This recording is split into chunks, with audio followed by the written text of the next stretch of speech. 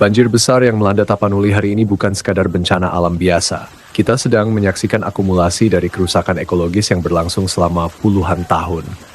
Kerusakan yang tidak pernah ditangani secara serius. Dan setiap kali bencana datang, kita dibuat seolah lupa bahwa ada sejarah panjang yang melatar belakanginya. Mari kita tarik garis kausalnya. Dulu, hutan perbukitan Tapanuli adalah spons raksasa. Lapisan tanahnya tebal, akarnya beragam, dan humus di lantai hutan bekerja seperti penahan air alami. Ketika hujan turun deras, air diserap, disimpan, lalu dilepaskan perlahan ke sungai.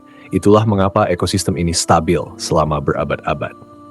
Lalu Indo-Rayon datang, yang sekarang kita kenal sebagai TPL. Sejak akhir 1980-an, jutaan meter kubik hutan alam ditebang untuk kebutuhan bahan baku pulp. Hutan yang tadinya berlapis-lapis itu digantikan dengan tanaman monokultur eukaliptus.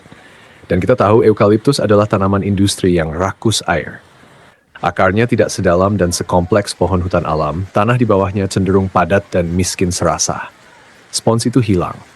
Yang tersisa adalah lereng-lereng panjang yang keras dan licin. Ketika hujan ekstrem turun seperti yang dipicu oleh siklon tropis tahun ini, air tidak lagi diserap. Air meluncur deras, menghantam permukaan, menyeret lumpur, kayu, dan batu.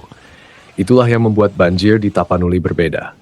Ia bukan sekadar luapan air, tetapi banjir bandang yang membawa material padat dari hulu. Dan ini tidak berhenti di situ. Pembukaan lahan, pembangunan jalan perusahaan, serta penggalian-penggalian di hulu menyebabkan erosi besar-besaran. Tanah yang tergerus itu terbawa ke sungai, menumpuk menjadi sedimentasi, dan membuat sungai semakin dangkal. Maka ketika volume air naik sedikit saja, sungai tidak lagi mampu menampungnya. Hilir pun menjadi korban. Konflik antara perusahaan dan masyarakat adat memperburuk keadaan. Wilayah-wilayah adat yang selama ratusan tahun dijaga dengan kearifan lokal, kini tumpang tindih dengan konsesi. Padahal justru masyarakat adat itu yang menjaga hutan tetap berdiri, penjaga spons alami yang sudah terbukti berfungsi. Dan sekarang kita menghadapi pertanyaan besar. Apakah ini benar-benar bencana alam atau ini adalah bencana kebijakan? Karena ketika ekosistem rusak, ketika hutan hilang, ketika das terpotong-potong oleh konsesi, dan ketika negara menutup mata, maka banjir bukan lagi kejadian acak. Ia menjadi akibat yang bisa diprediksi. Inilah waktunya negara melakukan audit ekologis total. Audit tutupan hutan dari citra satelit, audit DAS dan perubahan daya serap tanah, audit izin HTI dan kepatuhan AMDAL-nya.